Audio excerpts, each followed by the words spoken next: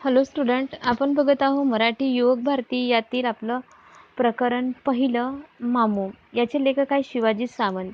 आपण पहिल्या आपल्या पॅरेग्राफमध्ये जे आहे बघितलं होतं की मामू जो आहे तो एका शाळेत शिपाई असतो आणि तो शिपाई असतो त्यामुळे त्याचं काम कोणतं असतं की म्हणजे शाळा भराच्या टायमाला आणि शाळा सुटायच्या टायमाला काय देणे, घंटा देणे. तो त्याप्रमाणे त्याचं काम बजावत असतो. त्याचप्रमाणे जेव्हा शाळेची प्रार्थनेची घंटा तो वाजवतो, त्याचप्रमाणे मग त्याच्या प्रार्थना झाल्यानंतर जनगणनेची इशारत होते, तेव्हा सावधानतेचा इशारा मिळतो. तेव्हा तो सुद्धा सावधानच्या स्थितीत उभा राहतो.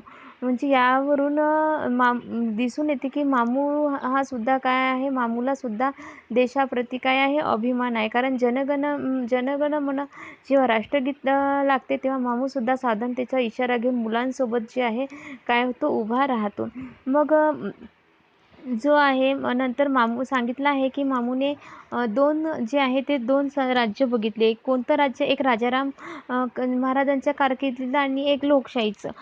राजाराम महाराजांच्या कारकिर्दीत जेव्हा मामू जो आहे तो कोण होता? राजाराम महाराजांचा सेवक होता. तेव्हा सुद्धा त्यांनी राजाराम महाराजांसोबत मैलची जे काय केली होती, पायपीट केली होती, म्हणजे पायी गेला होता असे तेथे सांगितलेलं आहे.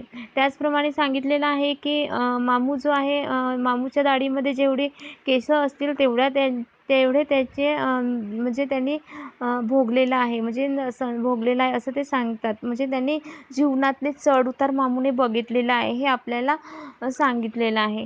तर बघा नंतरचं पॅरेग्राफ बघू.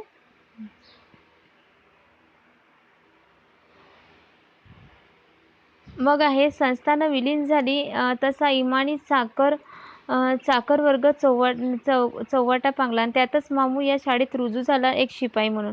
मग म्हणत आहे की जेव्हा संस्थानं विलीन झाली तो राजाराम महाराजांच्या कारकिर्दीमध्ये कोण होता? सेवक होता. आणि मग सेवक असल्यामुळे तेव्हा त्या काळी जे आहे एकमेकाची संस्थानं जे आहे काय करायचे, जिंकण्या आणि हरण्याचं काम त्या काळी होतं. तर मग त्या काळात जे आहे पूर्ण संस्थानं जे आहे ते राजाराम महाराज जे आहे ते राजाराम महाराजांची पूर्ण संस्थानं जे आहे हे दुसऱ्यांच्या हवाले गेली आणि त्यामुळे मग जो आहे राजाराम महाराजांचा सेवक वर्ग आहे तो सेवक वर्ग जो आहे तो इकडे तिकडे म्हणजे चव्हाटा पांगला, म्हणजे काय तर चारी दिशांनी विखुरला, मग इकडे तिकडे गेले. कारण संस्थानच जेव्हा दुसऱ्याच्या हातामध्ये गेल्यावर मग ते जे सेवक आहे त्या सेवकांना रोजीरोटीसाठी इकडे तिकडे भटकावं लागलं. त्यातच हा जो मामू आहे त्यातच हा मामू इकडे म्हणजे मामू सुद्धा काय झाला की एका शाळेमध्ये तो शिपाईच्या म्हणजे एक चपराशी म्हणून तो सुद्धा एक रुजू झाला.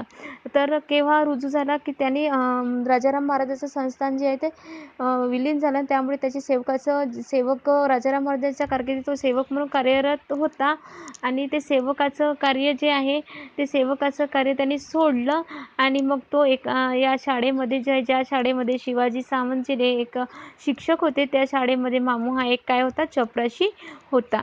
मग सांगितलेला आहे मामूचा पोशाख सांगितलेला आहे इथे बघा की डुईला म्हणजे डोक्याला अंबोली रंगाचा फेटा, अंगात नेहरू शर्टावर गर्द निळं जॉकेट आणि जॉकेटच्या खिशात चांदीच्या साखळीचं एक जुनं पॉकेट वॉच, खाली घेराची आणि बोटाजवळ चुना असलेली तुमान आणि पायात जुना पपन शू असा जो आहे तो काय आहे मामूचा पोशाख आहे.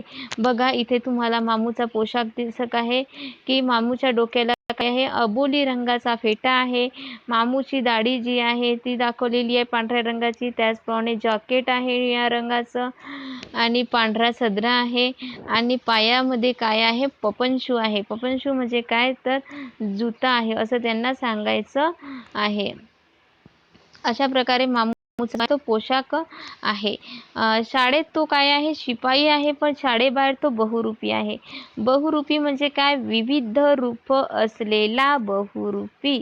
कुठं फळाच्या मार्केटमध्ये एखाद्या बागवानाच्या दुकानावर घटकाभर बसून त्याचं दुकान चालावं, तो हातावर ठेवेल ते अल्लाची खैर म्हणून आपलंसं कर.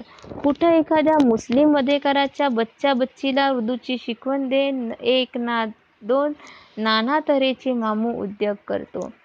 मग मामू जो आहे तो शाळेत शिपाईच नाही तर मग शाळा जो आहे शाळेची ड्युटी बजावल्यानंतर तो जो आहे मार्केटमध्ये जो आहे एखाद्या फळाच्या दुकानामध्ये बसून त्या फळवाल्याची फळं तो विक्री करून द्यायचा. आणि त्याचप्रमाणे जे आहे एखाद्या मुसलमान जे लोक असतात त्यांच्या मुलाला उर्दूची शिकवण देणं हे काय असतं, उर्दूची शिकवण दिल्या जाते. तर मग उर्दूची शिकवण देण्याचं काम जो आहे हा कोण करत होता, मामू करत होता. तर त्याचप्रमाणे शाळेतील लोकांना तो शिपाई वाटतो आणि शाळेबाहेरच्या लोकांना अनेक रूपं दिसतात. तर शाळेतील लोकांना म्हणजे शाळेतील जे म्हणजे बाकीचे कर्मचारी आहेत त्यांना तो एक शिपाई चपराशी वाटतो. पण मामू हा एक चपराशीच नाही, तर मामूला अनेक नावं आहेत. तर ते कोणते, मौलवी, व्यापारी आणि उस्ताद, अशा प्रकारे जे आहे हे मामूला जे आहे काय आहे, नावं आहे. असं सारांनी त्याला सुटसुटीत नाव देऊन टाकलं. का बरं मामूला उस्ताद, मौलवी आणि व्यापारी नाव दिलेलं आहे? कारण काय आहे, मामू शाळेत शिपायाचं कर्तव्य बजावत असतो आणि बाहेर गेल्यावर तो एखाद्या फळवाल्याच्या दुकानात बसून काय करत आहे, फळाची विक्री करून देत आहे. आणि त्याचप्रमाणे तो एखाद्या रिकाम्या वेळामध्ये एखादी म्हणजे लहान मुलांना उर्दूची काय भाषेचं शिकवण देत आहे. त्यामुळे त्याला उस्ताद, मौलवी आणि व्यापारी हे नावं लोकांनी दिलेलं आहे. 10 वर्षापूर्वी मी या शाळेत रुजू झालो तेव्हापासून या माणसाला जवळून पारखत आलोय. गरीब माणसानं किती आणि कसं हुशार असावं याचा एक मामू एवढा मासला मला काही मिळालेला नाही. लेखक म्हणत आहे हे वाक्य लेखक म्हणत आहे आणि ते म्हणत आहे की मी मामूला अगदी जवळून पाहिलेलं आहे. का बरं जवळून पाहिलेलं आहे असे ते म्हणत आहे? कारण ज्या शाळेमध्ये शिवाजी सावंत हे लेखक होते त्याच शाळेमध्ये मामू हा एक काय होता, चपराशी होता. त्यामुळे मामूला अगदी जवळून बघितलं असं लेखक म्हणत आहे. आणि ते म्हणत आहे मामू हा गरीब आहे, पण गरीब माणसानं कसं हुशार असावं हे याचं मामू एक उत्तम उदाहरण आहे. कारण का बरं असं म्हटलं आहे, कारण मामू हा शिपायाचं कर्तव्य बजावत होता शाळेमध्ये आणि बाहेर गेल्यानंतर तो काय करत होता, रिकाम्या वेळेमध्ये फळवाल्याच्या दुकानात बसून फळाची विक्री करून देत होता.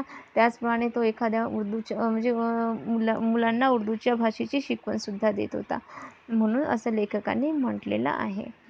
तर आजच्या आपण आपल्या व्हिडिओमध्ये इतकंच बघू आणि आपल्या पुढील नेक्स्ट व्हिडिओमध्ये आपला जो हा पार्ट जो आहे आपण तो कंटिन्यू करू.